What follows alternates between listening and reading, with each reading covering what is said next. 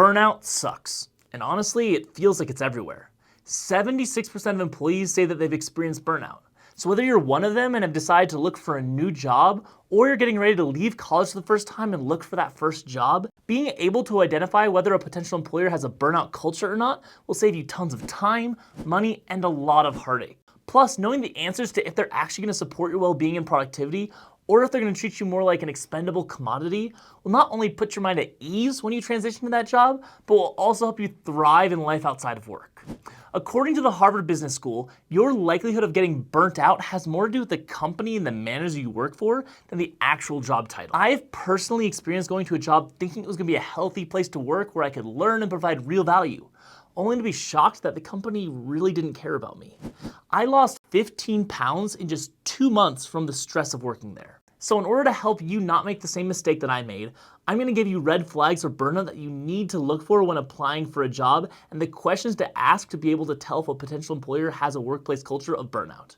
Because let's be honest, no employer of a company with a high rate of burnout will ever honestly tell you about it. Every person in a job interview is going to say only the best things about the company. So you need these questions to spot burnout companies before it's too late, and hopefully save you a lot of pain. Before we jump into the 6 flags, we need to address the basics first. Before you even get to the job interview, you need to gather as much information as possible about the company from public sources. Choosing where to work is a really important decision, so snooping around a bit is totally fine. The job listing is obviously a great place to start. Look for inclusive language and mentions of flexible or remote work options. Also, check the benefits the company offers. Do they offer mental health support, subsidized childcare, or paid leave for caregivers? For example, Goldman Sachs, they offer 6 months of paid maternity and paternity leave. If the firm is striking out on all of these fronts, you might be better off just not applying. In addition, you can see if the company is on any of these best places to work lists. However, keep in mind that publicly available information may be more about branding than a genuine commitment to promoting healthy work practices.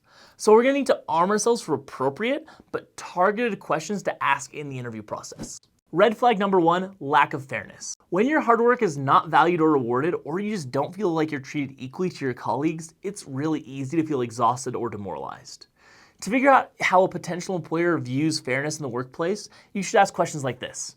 What sort of employee metrics do you collect? How are promotions decided? Do you have a process for pay equity reviews? Do you have a diversity officer? How many people are on the DEI team? And are members paid for leading initiatives? Now pay attention to their answers. You're looking to see whether the company has proactive processes to ensure greater equity and how many resources are actually dedicated to those processes. Listen to see if your interviewer is transparent about the company's deficits and desire to improve. If the company isn't collecting any data on diversity or equity, or if your interviewer isn't comfortable answering these questions, then they're unlikely to be paying attention to diversity or equity as an issue at all. Red flag number 2, lack of autonomy. You are more likely to feel burned out when you have little choice in when, how, or where you work. Good managers at a healthy company will trust that you can get your job done. To figure out what the autonomy situation is like at this company, you can ask questions like this. Do I have flexibility over when I do my work during the day? How do you guys assess work hours? How do you assign workload and deadlines? Or if the job involves shift work, how much notice do you guys provide in terms of schedule changes? As you ask these questions, you're looking to ensure that your manager doesn't micromanage and is open and flexible. Clear answers to these questions show you that the expectations are aligned across the team and that employees are given appropriate autonomy. If an employer hums and haws, gives you business jargon, or just doesn't answer the question straight up, this is a red flag that you should note down. Red flag number 3, unsustainable workloads.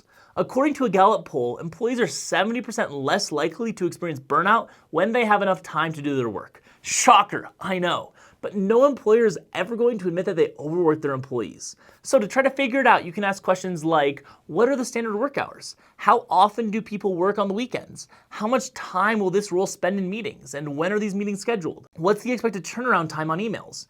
Do you have agreed upon collaborative hours? And how do you guys prioritize tasks and mitigate overload? How does the team communicate when they have too much stuff on their plate? When do you guys have team building events, during the workday or outside of work hours? How do you guys assign office work tasks such as taking meeting notes or ordering lunch? With these questions, you're looking for guardrails in the organization to prevent overwork. Does it seem like the company has one of these hustle cultures where everyone has to be on and available 24/7? If so, you need to be aware that their 40 hours might actually be 50, or their 50 hours might be 60. Asking when meetings are scheduled can also help you understand if the employer values the difference between work and home life. If companies regularly schedule meetings at 4 p.m. that could easily run into the evening hours, this gives you a glimpse into how the employer views the separation of work and home life. Also, to understand the likeliness of being overworked, you can look for clues in the actual interview process itself. If an employer values you, they're going to arrive on time, set proper expectations, and keep in touch with you throughout the process. This isn't a foolproof flag though, because some hiring managers are really good actors. Red flag number 4, lack of community support. Work should be a safe place. You should not be feeling fight or flight responses every day at work. You should be able to feel safe to contribute and make mistakes, because mistakes happen. If you feel like you have to pretend to be someone you're not to avoid being judged or discriminated against, you're going to have a terrible time at the company and burn out much more quickly. In addition, if you feel afraid that you're going to be judged as incompetent for any mistake you make or question you have, not only will you have your life force sapped out of you, but you'll also be much worse at your job and make more mistakes because you'll be too afraid to ask questions. Some ideas for potential questions to ask potential employers are, how do you guys give feedback to your employees? Can you describe how you handled a mistake on your team recently? How do you ensure everyone contributes their ideas? How do you guys manage conflict? Because let's be honest, conflict always happens. How often do you have personal check-ins with team members? Or how would you assess team morale? Remember, when you're asking these questions, you're looking to see if the manager is open to learning from mistakes and whether they're interested in you as a person.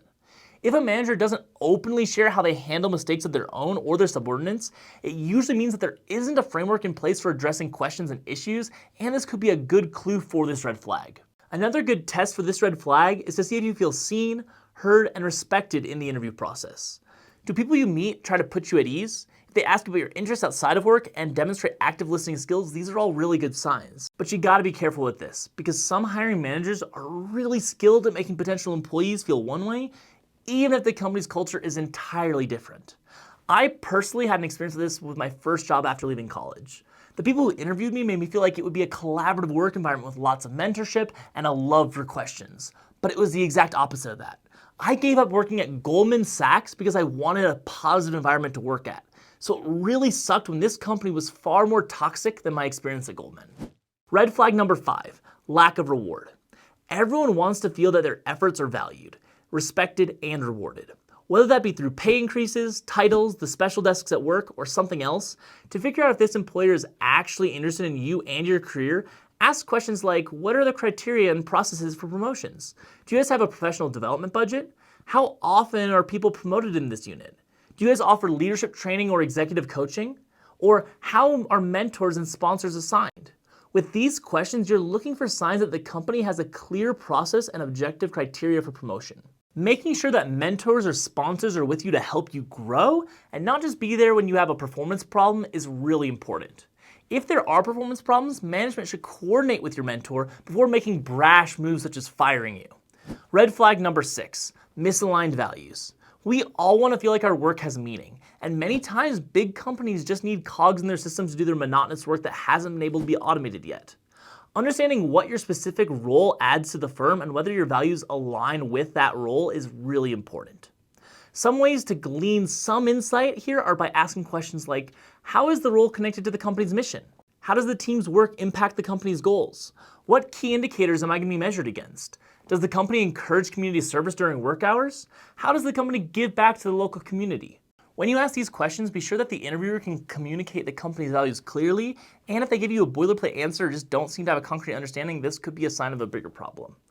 Work is already hard as it is without managers and companies treating you poorly and unfairly.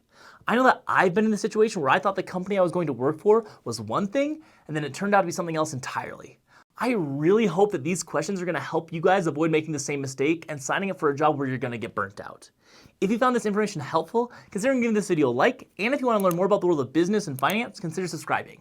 I hope you guys have an absolutely great day, and I'll see you guys next time.